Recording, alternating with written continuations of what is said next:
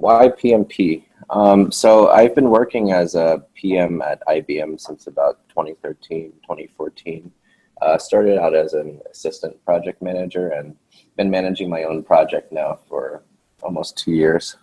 So it just seemed like that I had reached a ceiling in my career where I couldn't get to the next level of management until I had my PMP certification.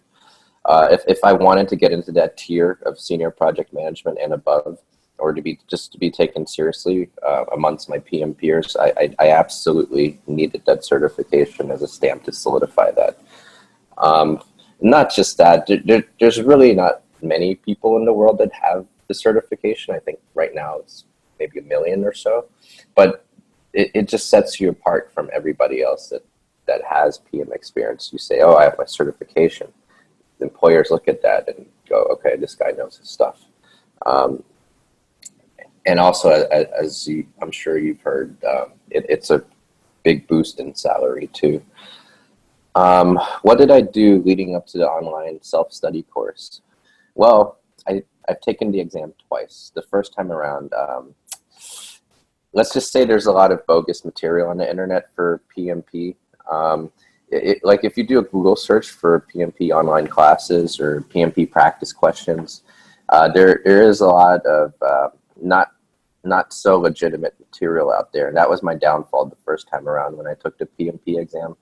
I used different websites, free material, and I did a bunch of practice questions while skimming through the PMBOK guide, but not really reading it and understanding it thoroughly. I memorized all of the ITTOs, inputs, tools, and techniques, and outputs for each process, but I didn't really take the time to understand what each process meant, how it worked, and how all the knowledge areas tied into each other. So needless to say, when I took the exam the first time around, this was in March 2018, this year, when it was still 5th edition, I failed pretty badly. I think I only had 1 above target, and the rest were below targets. So I knew the second time around, I needed to find a reputable source for studying. Luckily, I had a friend named Chris, who's also a PM, and I just so happened to be browsing LinkedIn one day, and I saw that he had put PMP next to his name, and I thought, whoa, you know, I'm just as smart as this guy. How does he have his PMP? If he can do it, so can I. And that's no offense to Chris. He's a very capable guy in his own right. So I hit him up. I said, hey, Chris, I see you got your PMP. What did you study with? And he told me, yeah, James, I got it on my first try. You need to look this guy up. Phil from Praizion. This guy's a real deal. He knows his stuff in and out. All I did was watch his YouTube videos, and I purchased his mock exams.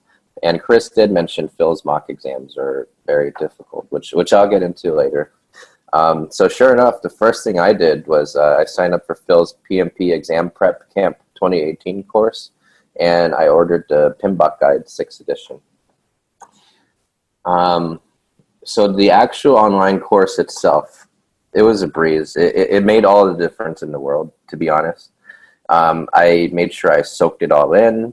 I was not going to leave any stone unturned. I looked at everything. So the great thing about Phil's course is that he makes it all very digestible, the material. The material in the PMBOK guide itself is extremely dry, and there were times where I'd be sitting on the couch trying to read it, and I'd literally fall asleep after 4 to 5 pages. I'd be snoring after 4 pages. But what Phil does is he explains the material very thoroughly, and he does it in a way that makes it easy and fun to understand. He breaks it down in layman's terms so you get it. So he'll break the material down into small pieces. So he'll cover every process in one video. So each video for a process will be maybe like a few minutes, 6 minutes or something. Depending on the process, it could be longer or shorter. And then once I covered one knowledge area, I would take a mock quiz for that knowledge area and then move on to the next process.